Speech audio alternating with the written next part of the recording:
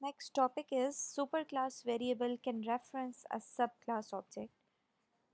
इसका मतलब क्या है, पहले तो ये थोड़ा सा अंडरस्टैंड कीजिएगा। सुपर क्लास वेरिएबल कौन होता है? जो कि पेरेंट क्लास का वेरिएबल है, ठीक है। तो कहने का मकसद ये है कि पेरेंट क्लास का वेरिएबल सब क्लास के वेरिएबल को रेफ़र कर सकता है, ठीक है। इंतहाई सादा अल्फाज में बोला जाए तो वो नीचे एक्सप्लेन्ड है। A reference variable of a super class can be assigned a reference to any sub class derived from that super class. और ये हम बहुत सारी सिचुएशंस के अंदर यूज़ भी करेंगे। इसकी कोई प्रैक्टिकल एग्जांपल यहाँ पर हमने नहीं की, लेकिन मैं आपको प्रैक्टिस करके बताती हूँ।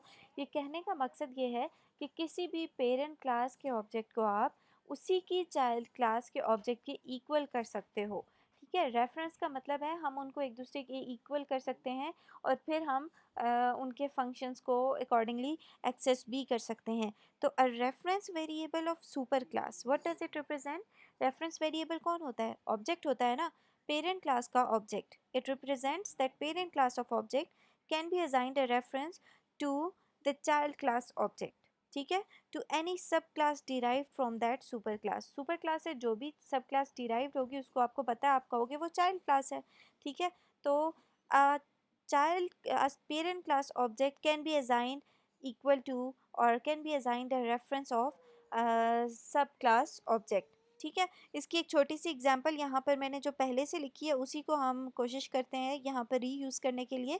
ये पुरानी हमारी एग्जांपल है जिसमें बॉक्स क्लास के डिफरेंट टाइप्स के कंस्ट्रक्टर्स हैं और एक वॉल्यूम फंक्शन डिफाइंड हुआ है पेरेंट क्लास में, ठीक है।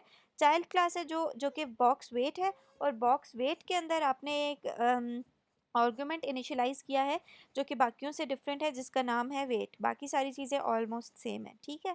अब यहाँ पर मैं अपने एक टॉपिक को इम्प्लीमेंट करती हूँ जिसमें हमने ये स्टडी किया है कि आप पेरेंट क्लास के ऑब्जेक्ट को इक्वल कर सकते हो चाइल्ड क्लास के ऑब्जेक्ट के। तो चाइल्ड क्लास के ऑब्जेक्ट तो ऑलरेडी बने हैं, मैं एक पेरेंट क्लास का ऑब्जेक्ट भी बनाती हूँ।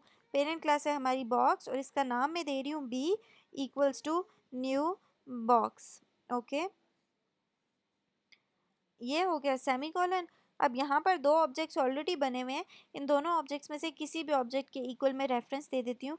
जैसे for example B equals to R1 मैंने कर दिया। अब मैं बी डॉट वॉल्यूम अगर एक्सेस करूँ तो कर सकती हूँ, क्योंकि volume function actually box class का है, पेरेंट क्लास का है, और बी भी पेरेंट क्लास का ही ऑब्जेक्ट है। तो इसका मतलब मैं इसको एक्सेस कर सकती हूँ। लेकिन अगर मैं एक्सेस करूँ बी डॉट वेट तो मैं उसको एक्सेस नहीं कर सकती।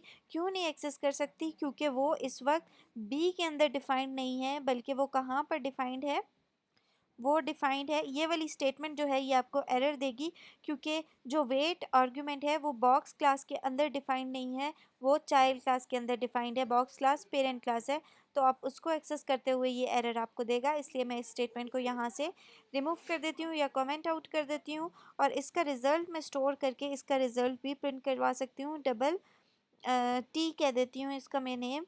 शॉर्ट नेम्स वैसे नहीं यूज़ करने चाहिए, लेकिन मैं टाइम जो है वो शॉर्ट करने के लिए, टाइम को मैनेज करने के लिए मैं यूज़ कर लेती हूँ। अब देखते हैं ये आपको क्या आउटपुट देता है। अच्छा, एक एरर है जिसमें इसने कहा है कि B1 equals to R1। R1 नहीं होगा, यहाँ पे ऑब्जेक्ट हमने दोनों के आपस में इक्वल करने थे, तो यहाँ पर मैंने गलती से जो फंक्शन का रिजल्ट आ रहा है उसको मैंने इक्वल कर दिया, जबकि ऑब्जेक्ट आपका जो है वो ये है BW1,